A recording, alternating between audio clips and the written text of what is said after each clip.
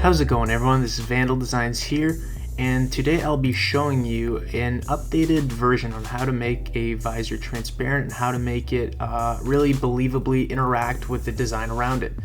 I already made a tutorial on this a little while ago, but my technique has changed up and there's some details I didn't really mention in the previous video that I feel are important to mention. So without further ado, let's just get right into it.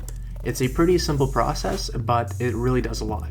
So the first thing you want to do is basically to turn off everything, whether I don't have any color correction on this little like template or like tutorial design I've set up, but if you've got color correction, any sort of over top elements, turn those off, as well as the player, and basically you just want to be left with nothing but the background. You just want the background just like this. So select the topmost layer of the background and hit Command Option Shift E for Mac, Control Alt Shift E for PC. It's an extremely useful shortcut, and basically, as you can see right here, I've just basically grouped the whole background into one layer.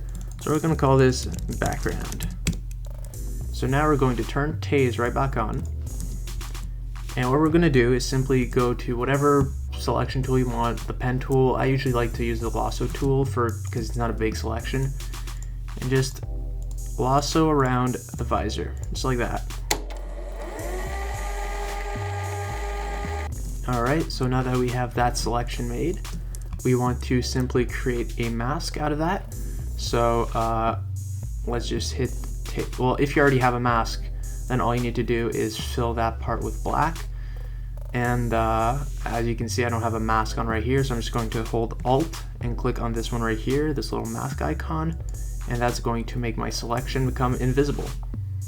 Now what I'm going to do is create a selection out of that mask, so I'm going to hit Command for Mac, Control for PC, and click on the mask right here. And then I'm going to hit Command Shift I to invert. And now, making sure that you are selecting the actual player layer, not the mask, hit Command J. Alright, so basically all that was so that if I solo hit this right here, you can see there's Tase without the visor, and then right here you have the actual visor. So you've basically separated those two elements. Now with the visor, you want to hit Command Shift U. That's going to desaturate it. And then you want to change the blend mode. Now the blend mode that you want to go with depends fully on the actual visor. In this case, you can see it's pretty dark, so I think that screen might work well in this case. Linear dodge works too. Linear dodge and screen are very, very similar. See, screen works well. Usually my go-tos are either screen, linear dodge, overlay, soft light, or hard light.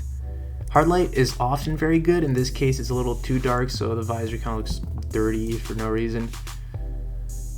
Overlay can be pretty good too. It really just depends on what just scroll through them and you'll see what looks best. So now you've basically made it transparent, but there's one more step here, because obviously a visor distorts the background, right? That's just, basic refraction, light going through glass or any sort of like transparent object, it will be refracted and it's going to get distorted. So that's where this background right here comes into play. So what you want to do is you want to pull out the marquee tool, so this tool right here, the selection tool, and just create a selection, like a little rectangle or square, roughly around the edge of the visor. You kind of want to give yourself a little bit of leeway right here. And then you just want to you want to hit Command J, and then you can delete the background, because by hitting Command J you have just basically isolated this little portion. Then you want to command click on the visor layer right here. You can see, click there, command click there, sorry. So now you've made another selection of the visor. Click on the mask, this time without holding the Alt, just click on it once. Click on this little chain. It's a little complicated if you don't know, if you don't know much about Photoshop, what I'm doing, but just try to follow along. And then once you're here, you can then click on the actual layer, and we can call this distorted background, just like that. And now you can just hit Command T to bring up the transform tool, right click and go to warp, and you can kind of like warp it around a little bit, just like that.